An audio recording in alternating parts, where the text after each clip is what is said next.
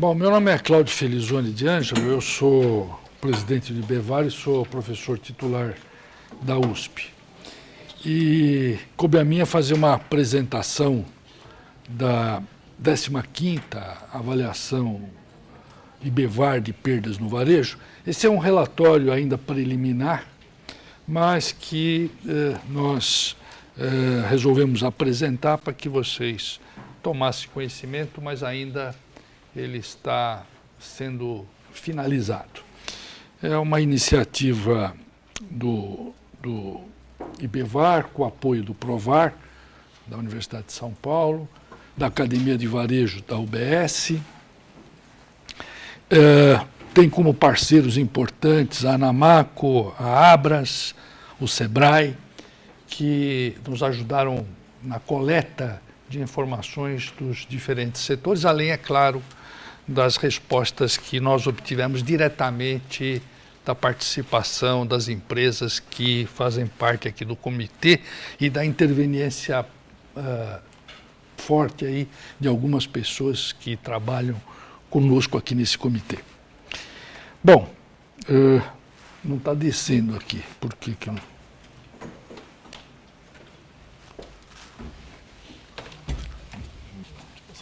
Esse aqui, perfeito. Perfeito, eu estava apertando o outro. Bom, essa aqui é a equipe, uma equipe mista, composta por pessoas do PROVAR, da universidade, e também da Academia de Varejo, aqui da UBS. Né? Muito bem, já agradeci às entidades que nos forneceram, nos ajudaram no levantamento de dados, e o objetivo fundamental de uma pesquisa dessa natureza eu tenho assim como uma máxima, né? Para administrar qualquer coisa você precisa conhecer. Né? Tanto é que em qualquer programa de cura de dependência, o primeiro passo, Alcoólicos Anônimos, o que você quiser, é reconhecer que você tem o problema. Então significa que você circunscrever de fato aquilo que você quer saber.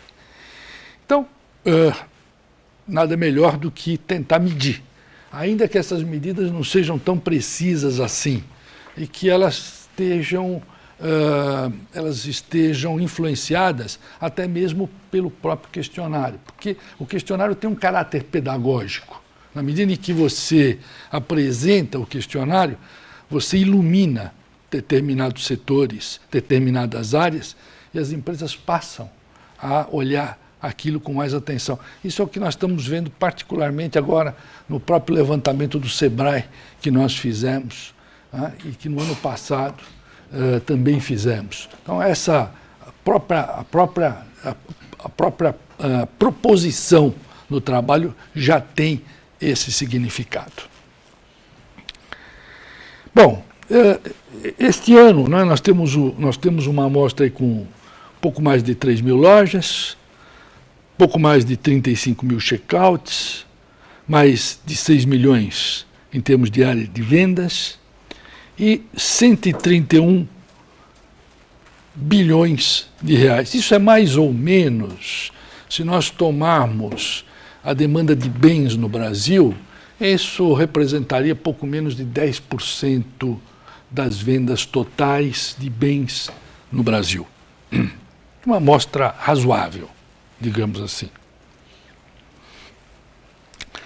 Além disso, nós incluímos 185 empresas, não é, que vieram exatamente por este levantamento do Sebrae. Então, o primeiro resultado é esse desempenho aqui do Índice Geral de Perdas, que está sendo medido como custo, o quociente entre o custo das perdas, o custo efetivo dessas perdas, sobre o faturamento líquido. Então, observamos aí um crescimento dessas perdas, e aqui eu vejo aí dois elementos importantes. Né? Um são as características estruturais do próprio varejo, claro, né? Uma intensificação da questão da segurança, que aqui vocês já examinaram, mas também, de um lado positivo, talvez uma preocupação melhor em medir, uma preocupação melhor em saber o que está acontecendo. Esses indicadores, eles podem ter uma comparação razoável, mas apenas em caráter indicativo, né? Mostram um número significativamente maior no Brasil, e aí as explicações são muitas, né? Dizem respeito, obviamente, à própria operação do varejo, dizem respeito ao ambiente em que esta operação acontece, ou seja, a economia, de modo geral, e também aspectos culturais, não é? Que, obviamente, impactam o negócio, particularmente nesse aspecto, de maneira bastante distinta. Aqui temos os indicadores separando supermercados, que é o grande conjunto, o grande segmento do varejo, e evidentemente essa representação ela está adequadamente colocada, porque, de fato, o supermercado no Brasil constitui-se no principal veículo de comercialização de bens, farmácias, né, material de construção e as micro e pequenas e médias empresas, que este levantamento é um levantamento apartado dos demais, sustentado pelas informações do SEBRAE. Embaixo nós temos os dados que nós obtivemos no ano passado, e aí nós podemos ter algumas comparações que podem ser feitas setor a setor ou segmento a segmento. Bom, resultados por segmento. Então nós vamos separar aqui supermercados, e o que nós vamos observar é que quase 80% deste levantamento está na região sul e sudeste. Tá? Também nós temos que levar em consideração que, infelizmente, o Brasil ainda é um país exageradamente concentrado em todas as perspectivas que se quiserem considerar, seja no que diz respeito à distribuição de renda, seja no que diz respeito à distribuição regional. Lamentavelmente, com a crise, essa distribuição tende a piorar. Nos últimos anos, nos últimos 15 anos, nós tivemos uma desconcentração, de fato, no plano da renda, por conta, obviamente, da estabilidade da economia, mas, lamentavelmente, aquilo que ganhamos nos últimos 15 anos, estamos rapidamente perdendo neste ano e meio, em função da inflação que corrói a renda real das famílias e que constitui-se num imposto extremamente regressivo, perverso, porque onera mais quem ganha menos. De qualquer maneira, então, essa é a representação amostral aqui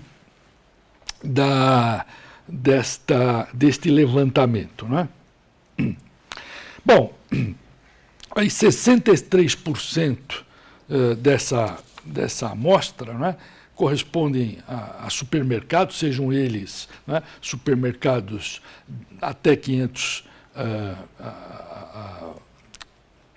supermercados com até 500 metros, né, e de 500 metros até 1.250 metros. Né. Então, essa amostra está bastante orientada ou pesa bastante este segmento. No que diz respeito à faixa de faturamento, né, o que se vê é o seguinte, que há uma concentração, né, neste intervalo, ou seja, acima de 10 milhões, né, até 100 milhões. A média deve estar por aí, porque a frequência aí ela é mais acentuada. Bom, a estrutura da prevenção de perdas, né?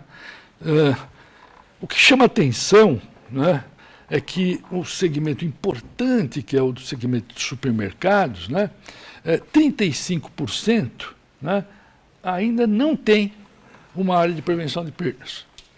Isso uma notícia, talvez seja boa, tem emprego para todo mundo aí, né?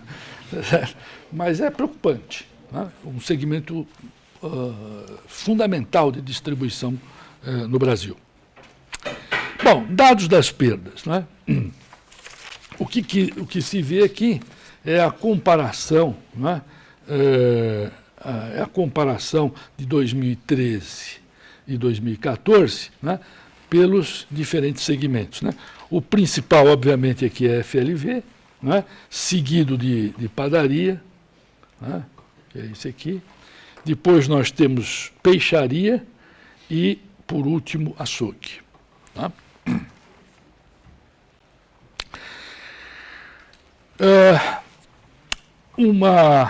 Uma trajetória aqui histórica aqui das perdas, né? Acredito que parte desta tendência de aumento, particularmente a partir de 2011, decorre dessa conscientização maior. Não é? Nós sabemos o seguinte, não é? Que quando o dinheiro entra pela janela, a questão da administração ela fica um pouco de lado. Não é?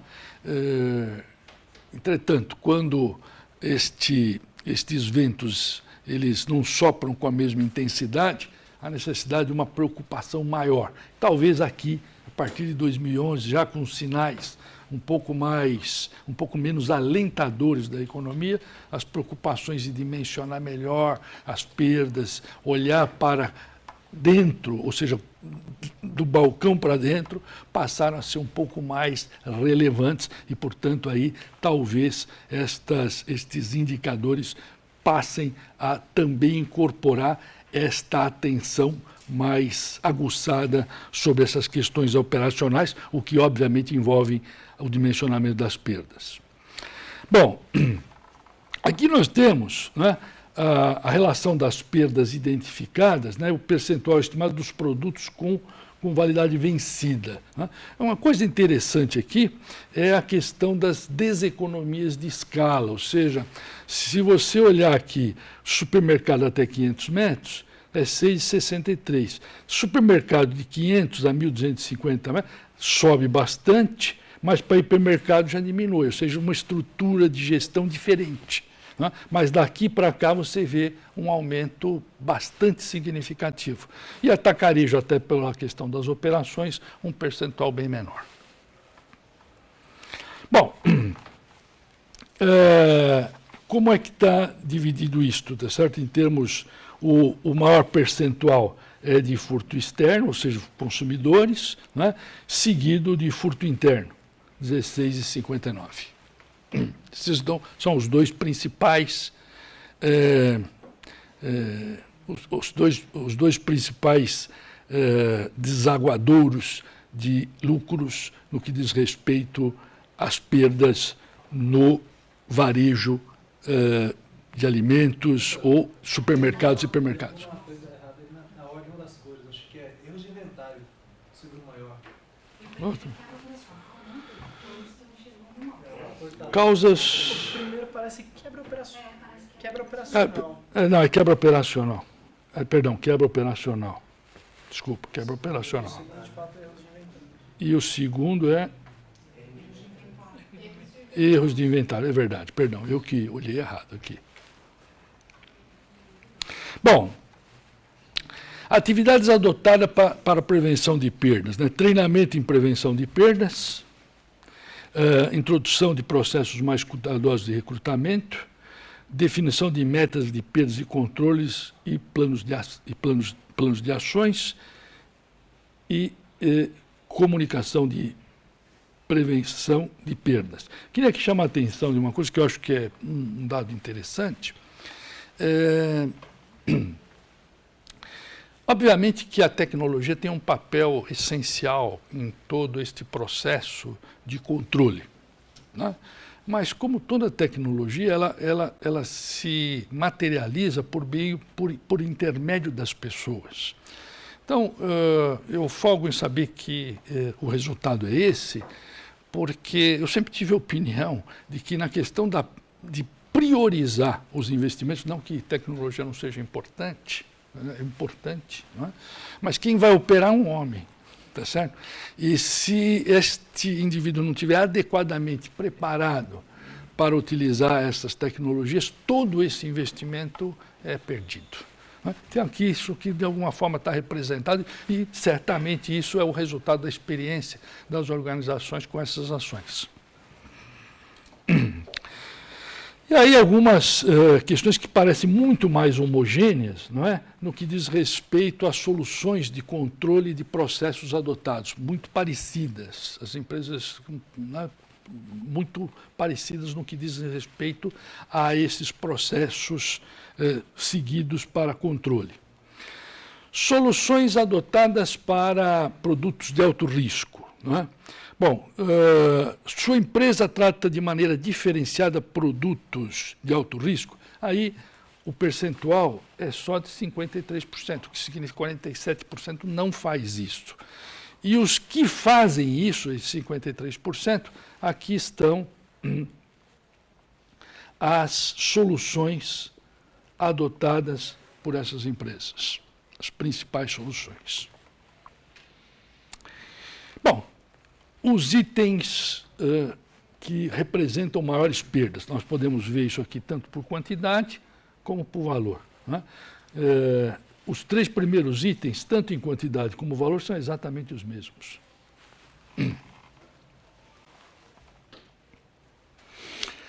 Material de construção. Bom, material de construção, nós temos aqui uma perda de 1,72, né? No ano passado, isso aqui era de 1,41. Perdas identificadas de 0,39, mas não identificadas, o número é de 1,33. Bom, aqui um detalhamento disto. Nós temos aqui as perdas identificadas, não identificadas e as perdas totais por áreas, né? Sendo que a principal aqui, que se pode encontrar, é exatamente nas áreas externas. Os ramos de atuação das empresas pesquisadas, né? Aqui o principal é loja especializada, tintas, ferragem, material elétrico, 37%, ou seja, são empresas bem mais espalhadas, né? E aí uma divisão aqui entre loja de bairro e home centers. Atacado, 13%. Bom, todos os respondentes da pesquisa realizaram inventário anual, né? 75% é terceirizado e só 25% próprio. Vocês estavam falando sobre essa questão, então, uma informação de orientação disso. 85% possui centro de distribuição, 17% não possui centro de distribuição. Bom, as estimativas das perdas, erros operacionais é a maior parte, né, 26%, seguido das quebras operacionais, 22%. Né, e furtos internos é o terceiro item, com 21%. Aí a questão de um item bem específico aí importante no que diz respeito ao material de construção são trocas, os produtos encalhados, micos, né, e vendas e doações, né? Então aqui são estas perdas representadas aqui em cada um destes 3 aspectos levantados. Bom, perdas de caixa e fraudes com cheque, fraudes 2,75%, né? Fraudes com cartões de crédito, um percentual muito pequeno, né? E diferença de caixa nenhuma. Inadimplência, com crediário 13,9%, private label 10,7%, cheque ainda 8,7%, aí separa, né? Cheque acima de 180 dias 1%, cartão private label acima de 180 dias 0,7%. Bom, recursos tecnológicos também aí tem blocos bastante bem definidos, né? muito parecido para as empresas, né? Poucas diferenças. O mesmo acontece no que diz respeito a atividades adotadas em prevenção de perdas, né?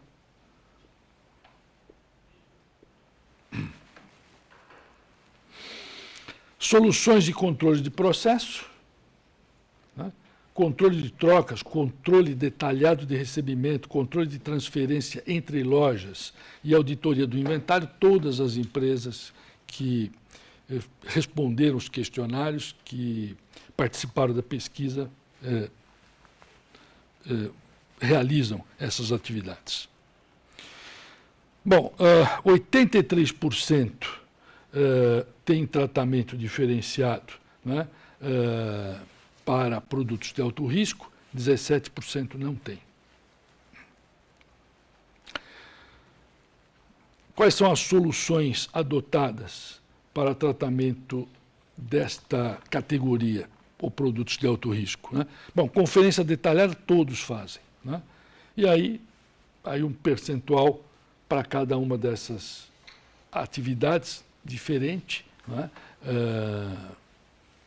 Armazenagem em área controlada 83%, inventários rotativos 83%, exposição em área controlada 67%, identificação do produto de alto risco no transporte 17%, utilização de embalagens específicas para confinamento 17%. Quais são os produtos? Em quantidade e em valor, né? Em quantidade, lápis, pilhas, lixas, pincéis e rolos, luvas e registros, material elétrico e trenas. Em valor, disco de corte, porcelanato, cimento, argamassa, videoportaria, cabos e misturadores, cozinha e banheiro. Bom, o levantamento de farmácias e drogarias. O levantamento indica aqui uma perda de 0,38, tá certo? Sendo que as perdas não identificadas de 0,23 e identificadas de 0,16. Pessoal do inventário, né? Inventário terceirizado 75%, 25% próprio. Frequência do inventário, em farmácias 75% trimestral, 25% semestral. Os aspectos mais importantes nas perdas, né? Quebras operacionais 25%, é o primeiro item, né? Seguido por erros operacionais 19% e furto interno e externo 15%.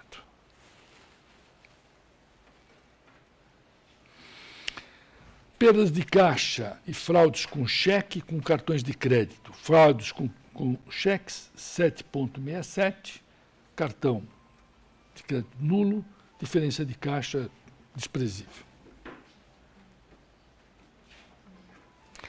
Inadimplência, com cheque 1,7%, private label 0,3%, crediário 0,3%. Cheque continua dando muito problema. Bom, recursos tecnológicos utilizados, o mesmo que nós vimos anteriormente, ou seja, um padrão bastante definido de comportamento para todas as organizações que participaram do levantamento, e o mesmo se deve no que diz respeito a atividades de prevenção de perdas.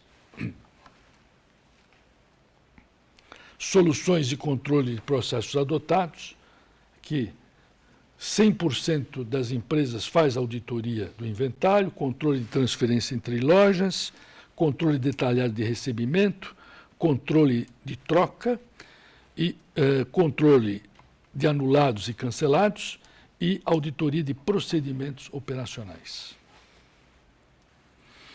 Soluções adotadas para o tratamento de produtos de alto risco, não é? 75% em área controlada, 75% conferência detalhada, 75% exposição em área controlada, identificação do produto do risco no transporte, apenas 25%, e inventários rotativos mais frequentes, só 25%. Quais são os produtos com geradores de maiores perdas, tanto em quantidade quanto em valor?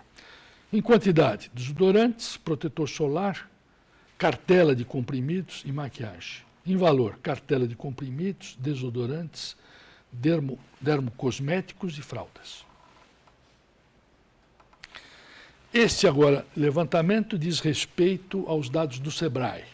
São 185 empresas que participaram desse levantamento e são empresas dos seguintes segmentos: alimentação, autopeças, pneus, construção, farmácias, informática, papelaria e livraria, móveis, ótica, outros especializados, perfumaria e cosméticos, serviços, supermercado, hortifruti e loja de conveniência, vestuário, calçado e moda. São 185 empresas, né? Total são 365 lojas, localizadas nesses estados. São empresas de pequeno e médio porte, 42,7%, 26,6% são microempresas, microempreendedor individual, 17,2%, e empresa de pequeno porte, 13,6%. Bom, 42,7% desta amostra, não é, está exatamente nesta faixa aqui, empresa de pequeno e médio porte, acima de 3,6 milhões ano. Bom, aí aparece uma pluralidade muito grande das perdas, que algumas... por que aqui é 4,44 e aqui dividido, assim, dessa forma? Porque boa parte das empresas não responde dividido, nós só temos a perda total, né? Então, essas que nós conseguimos classificar exatamente pelas respostas, né, são as que permitiram essa classificação. Lembrando que o faturamento destas empresas é um faturamento estimado, né? Nós estimamos a partir das próprias respostas que nos deram, né? As informações não são dadas no levantamento do Sebrae, nós é que tivemos que estimar. Bom, a frequência que realiza inventários, né, 65,6% realiza, tá certo? Mas 25,2% não realiza e 9,2% não sabe nem o que é.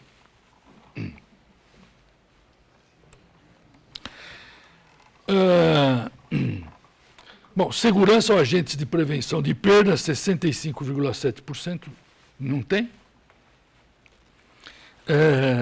54,1% antenas de alarme também não tem. Possui câmeras de segurança, né? 29%, quase 30% não tem.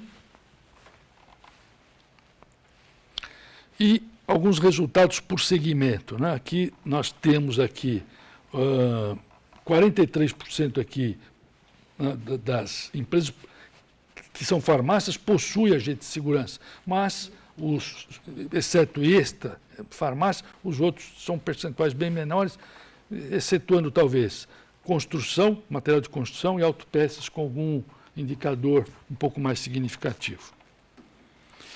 Possui antenas de alarme, né? Informática e eletrônica possui, tá certo? Outros têm uma pleiade de informações que não dá exatamente para identificar o que é. Construção, sim, né? Um percentual um pouco maior, e autopeças, ótica e ótica. O resto, percentuais muito pequenos. Confere os produtos no momento da entrega. Bom, isso aqui é a quase totalidade. Bom, essas são as informações que a pesquisa preliminarmente levantou, e, como disse, ela tem um caráter para orientar a ação de vocês que estão no campo, né, e que, a partir dessas informações, olhando para a empresa de cada um, em cada um dos segmentos, vocês podem parametrizar as ações. Então, trata-se de uma pesquisa que ajuda, nós estamos já na 15ª edição dessa pesquisa, e ela permite que as empresas possam, olhando para esses resultados médios, ter uma perspectiva um pouco mais clara do trabalho que vem sendo feito e talvez, eventualmente, algumas disparidades que devem ou possam ser corrigidas. Basicamente é isto. Fico à disposição se tiverem alguma indagação. Lembrando que é uma pesquisa ainda preliminar, ou resultados preliminares.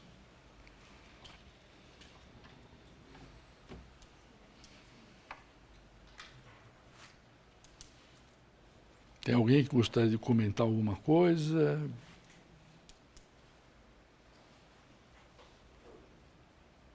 Qual que é a quantidade, professor, de respondentes aí nessa pesquisa? Esta última? A de microempresários ou o total? Eu pus aqui, ó.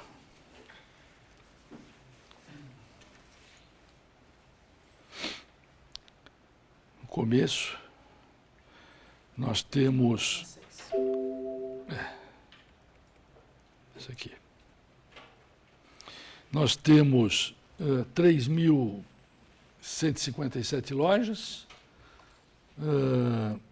6 milhões de metros quadrados de área de venda, 300 mil funcionários e um faturamento de 131 bi, que representa aí pouco menos de 10% do varejo de bens. Bem significativo. É um resultado, um aspecto importante de uma pesquisa também é o seguinte: ela precisa ser examinada na sua perspectiva temporal, ao longo dos anos, e em termos de comparação com outros setores. Isso nos ajuda a ter uma visão mais clara onde estamos, para onde estamos indo, etc. A pesquisa do SEBRAE, ela abriga 185 empresas de um amplo conjunto de operações. Então, também tem supermercado, etc., mas é uma outra amostra. Eu acho que tem uns grandes desafios aí. Como a gente estava falando na primeira etapa do encontro de hoje, talvez todo mundo utiliza a mesma métrica, a mesma medição de perdas, né? Uhum. A gente pode ter critérios diferentes aí no mercado, né? Tem um aspecto que eu acho que é importante, que eu queria destacar, e que eu acho que valoriza muito o trabalho de vocês, que é o seguinte: eu costumo dizer, né? Você tem aqui a indústria, aqui você tem o varejo, e aqui você tem quem compra. Certo? Bom, nós temos duas coisas muito importantes. Duas coisas que mudaram dramaticamente o ambiente de negócios. Tá? O primeiro é uma coisa chamada Plano Real. Nós estamos com uma inflação que beira 10% agora. Certo? Mas aqui nessa sala tem pessoas aqui que, como eu, lembro como é que era antes de 94. Tá certo? Nós estamos falando de 10% ao ano. Todo mundo sabe aqui que nós já chegamos a ter inflação de 100% ao mês. Certo? Bom, então tem uma coisa aqui que é o seguinte, que é o tempo. E aqui eu vou chamar uma coisa que se chama preço relativo.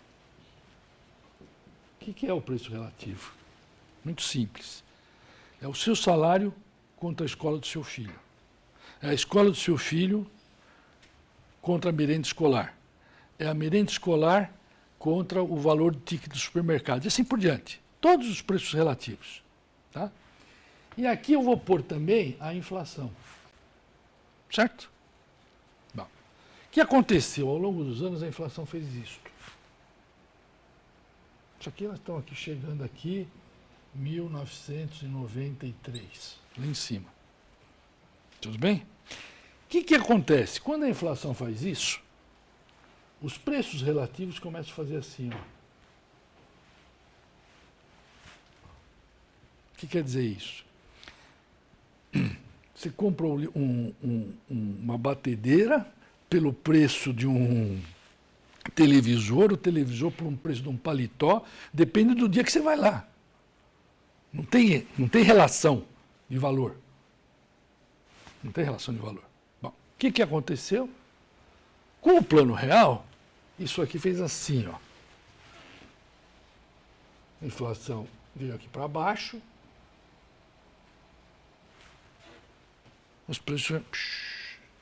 Então, esse cara aqui começou a ter uma ideia mais precisa de valor.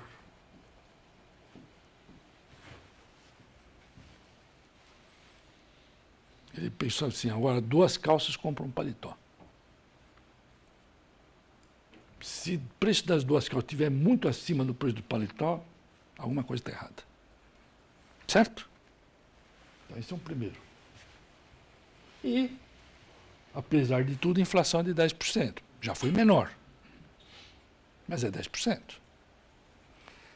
Segundo item importante.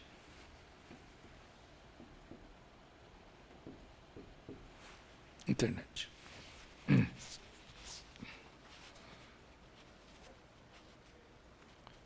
Não. Costumo dizer o seguinte, que na virada do milênio, do primeiro para o segundo, a The Economist fez um levantamento. Quem foi o cientista, quem foi a personalidade científica do milênio? Perguntou isso aí. Para os expoentes. Quem vocês acham que chegou? Não. Pode ser Isaac Newton, pode ser Einstein. Não foram, esses caras foram importantes. Isaac Newton, gravidade.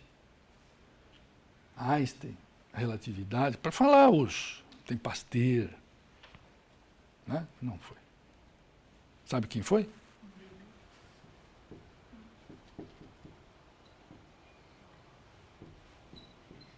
Gutenberg. E Gutenberg não era cientista. Ele era ourives. Mas ele inventou uma coisa que chama prensa.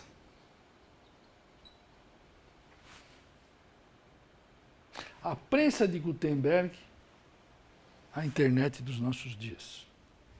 A prensa revolucionou o sistema de distribuição de informação.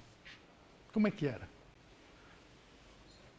Quem vai na Disney, leva os filhos na Disney, ou vai na Disney, pega aquele carrinho e vai passar para ver como é que as coisas foram se formando. Né?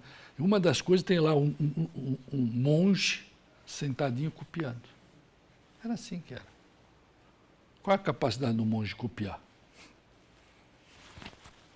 Bom, então o que acontece? Essas duas coisas juntas fazem o quê?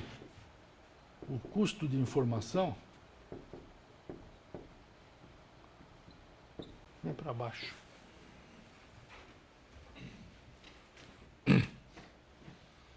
Antigamente, no meu tempo, quando alguém queria comprar um televisor, ia comprar no MAP. E aí você telefonava, o cara falava, não dou informações por telefone. Não era assim que era? Era assim, desse jeito que era. Não é mais assim, gente. Se o cara aqui não der, o cara vai lá e compra. O que acontece, então? Então, esses caras aqui, esse mercado, que nós todos, né, pessoal nadava de braçada, mudou. Ele passou a ser um mercado que a gente chama de price taker. O que quer dizer isso? O preço é dado. O preço está aqui, ó, fixo. Mais ou menos. Claro, tem grandes variações e tal. Mas o que quer dizer? Esse cara aqui tem a cabecinha muito mais aberta. Bom, com isso, o que acontece? Se isso está dado,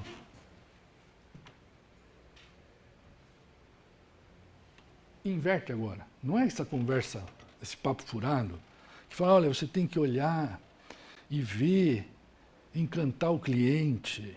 Bom, você tem que encantar mesmo, porque isso daí é que nem matemática, é condição necessária e suficiente. É condição necessária, mas não é suficiente. Deixou de ser suficiente. Você tem que fazer isso. Isso é dado. Por quê? Porque o mercado é assim. Ele sabe de tudo. Agora é o seguinte, você tem que, em vez de botar a barriga no balcão e olhar para fora, você tem que talvez encostar as costas no balcão e olhar para dentro. Que é isso aqui, daqui para cá.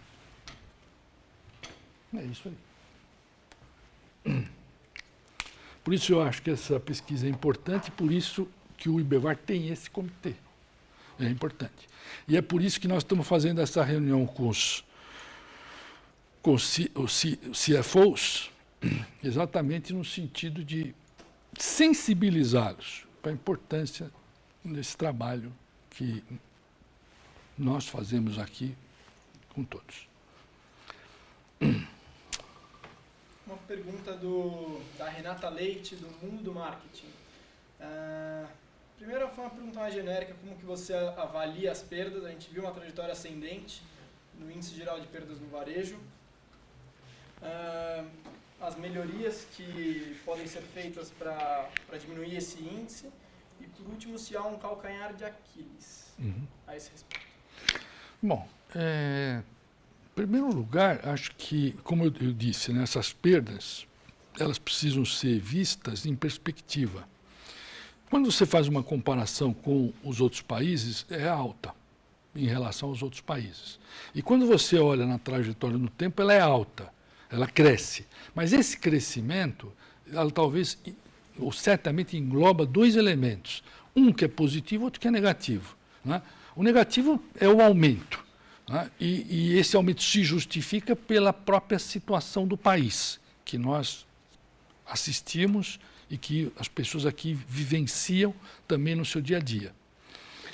E é positivo, tem um aspecto positivo, porque parte desse aumento é a própria capacidade de medir. Eu acho que melhorou a capacidade de medir. Então, usando o mesmo paralelo, né, o sujeito continua bebendo, tá certo? Mas ele pelo menos sabe, tá certo, que ele agora precisa, ele reconhece isso aí, ele reconhece. A segunda coisa é se tem um calcanhar d'Aquiles. Olha, eu diria que é o seguinte, nós passamos uma década, quase, mais de uma década, investindo em consumo. Todo mundo ficou contente com isso. Cresceu. Crescimento anabolizado. Porque o que sustenta o consumo é o crescimento da produtividade. E o que sustenta o crescimento da produtividade é investimentos. E os investimentos não só pararam, como caíram ao longo destes últimos 15 anos, 15, 20 anos.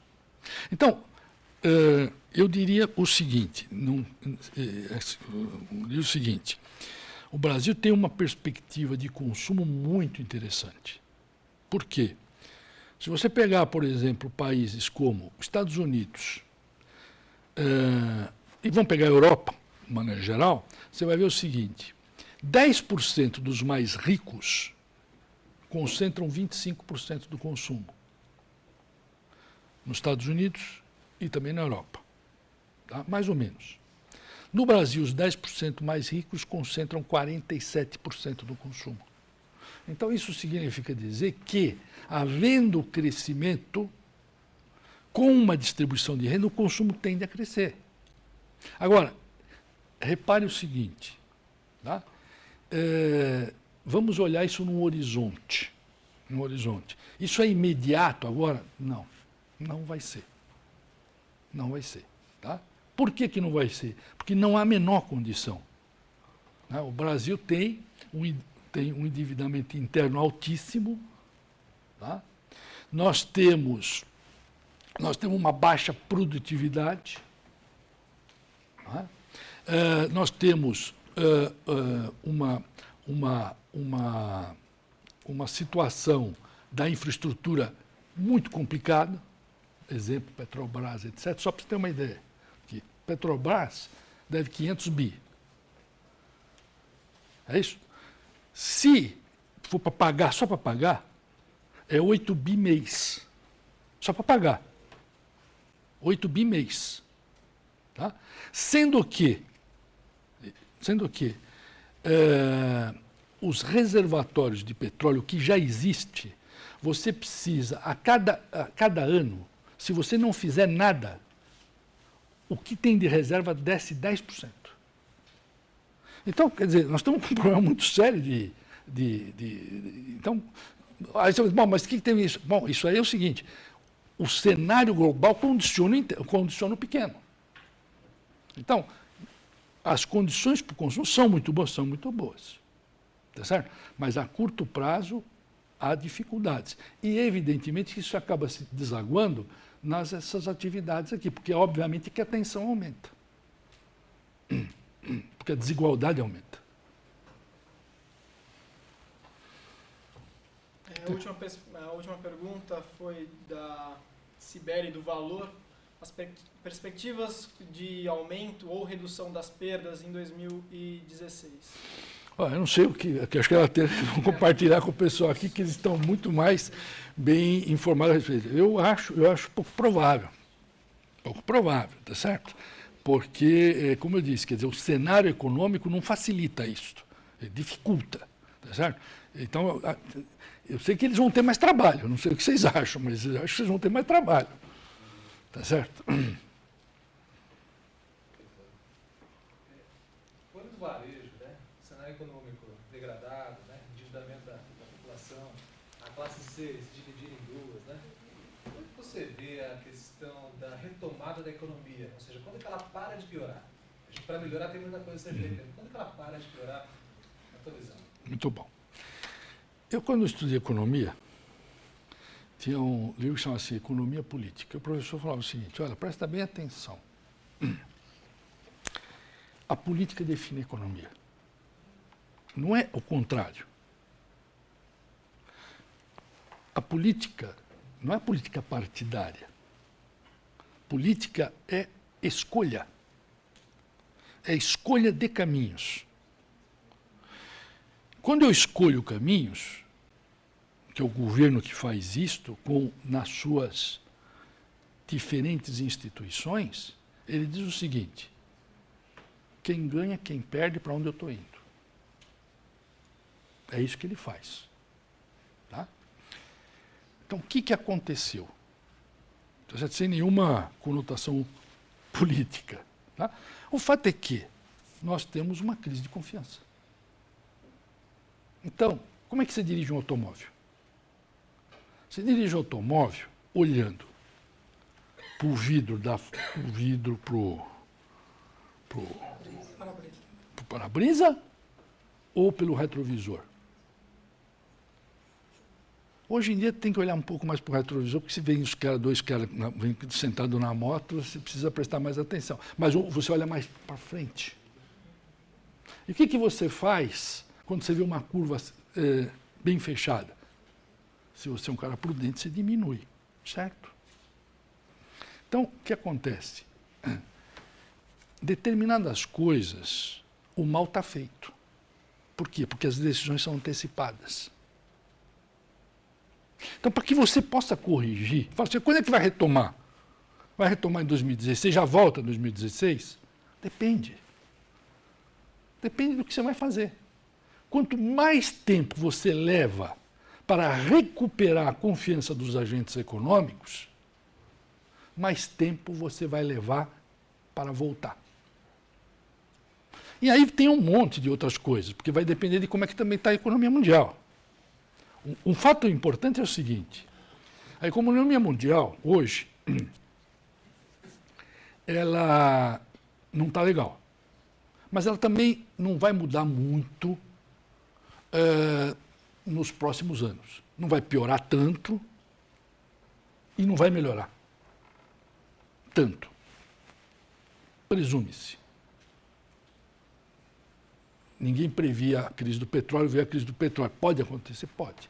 Mas é pouco provável. Tá? O problema é interno. Então, como é que você quer? É o seguinte: o presidente da Câmara, sob risco de cassação, a presidente também. O Lava Jato todo dia com notícias. Isso é um problema, de fato. Então, a variável econômica, ela depende disso.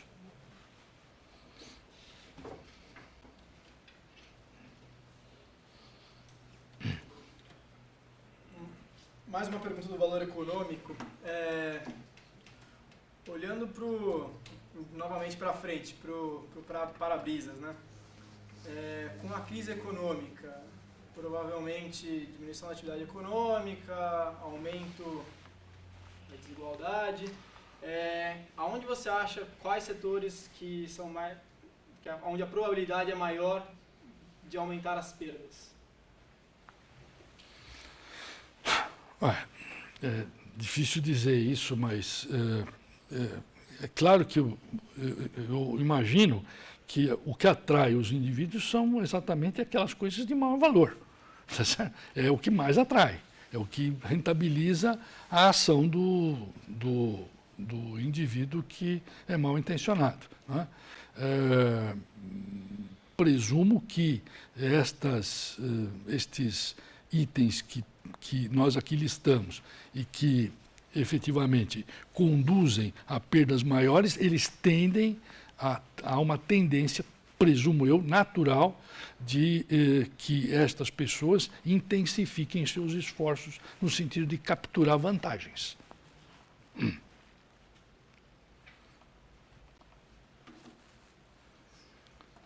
Alguém mais gostaria de... A resposta vai muito em linha no sentido de fraude externa. Exato. Fraude interna também, de colaboradores.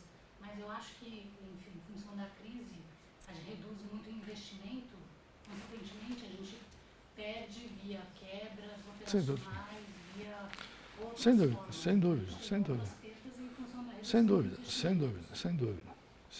E de funcionários também. Aliás, isso é uma questão muito importante, né? Essa questão de funcionários. Vocês que estão lá no dia a dia, né? Eu não estou no dia a dia, mas só posso imaginar, né? Eu acho que, de fato, o principal ativo é esse indivíduo. Quer dizer, quando você perde esse indivíduo, até você recompor esse quadro, é muito complicado. É muito complicado. Então, está aí os problemas. Quando você deixa de investir, se você retoma o investimento, não é imediato. Mais alguma pergunta? Alguma coisa que alguém gostaria de colocar, acrescentar? Pois não. Professor, na pesquisa passada foi apresentado mais subdividido, né? Então nós tínhamos supermercados e o que você percebe não tem aí o varejo de modas e de eletro presente na resposta da pesquisa. Nós não temos, eu não sei te dizer ainda se vai ser possível separar, tá certo? Porque o que acontece? Existe uma questão que é a significância do resultado, tá certo? Se o resultado permitir em função do número de respostas, a gente separa. E segundo, nós não divulgamos nenhum resultado que possa permitir a identificação de uma empresa qualquer. A gente faz falta também de nomes. Pois é, nós temos dificuldades com... Vocês podem nos ajudar bastante aí no próximo levantamento nessa questão. Nós temos, sim, de fato, um problema. Nós temos algumas respostas do SEBRAE e nenhuma resposta no levantamento, no primeiro levantamento. Essa é uma falha, de fato, é uma deficiência. Mas nós tentamos, eu acho que para o próximo vocês podem ajudar bastante nisso. Porque vocês estão vendo como os dados são tratados de maneira global, etc., sem nenhuma possibilidade de identificação. Professor, partindo da ciência de que quem conhece e controla tende a melhorar, existe alguma amostragem de quem começou a responder o questionário de vocês lá na primeira edição e hoje, se ele melhorou o índice dele, se ele estagnou, ou se ele mantém essa tendência de alta que a média está? Douglas, esse é um trabalho legal de ser feito. Não fizemos, mas é legal de fazer. É uma questão, um trabalho interessante. É um trabalho interessante. Não fizemos. Fazer uma amostra controlada. Quem respondeu, vem respondendo o que aconteceu com as respostas dele. Acho interessante. Não fizemos. Até porque essas pessoas que há 15 anos atrás já estavam olhando as perdas, é se esperado que tenha visto algum resultado. Né? Exatamente. Exatamente. Mais alguma coisa? Alguém que gostaria de colocar alguma coisa? Tá bom. Ok, obrigado, hein? Falar que nos encontramos no dia 28 de janeiro. 28 de janeiro, como vocês todos sabem, estão com um calendário aí na segunda folha. E esse calendário, ele prevê todo o nosso encontro do ano que vem, para vocês poderem programar melhor a vinda de vocês. Depois vamos confirmar exatamente se vai ser nesse endereço ou no outro, mediante a pesquisa de satisfação que nós entregamos, mas já estão super convidados para o dia 28 de janeiro, tá bom? Muito obrigada a todos por terem vindo e bom retorno. Obrigado.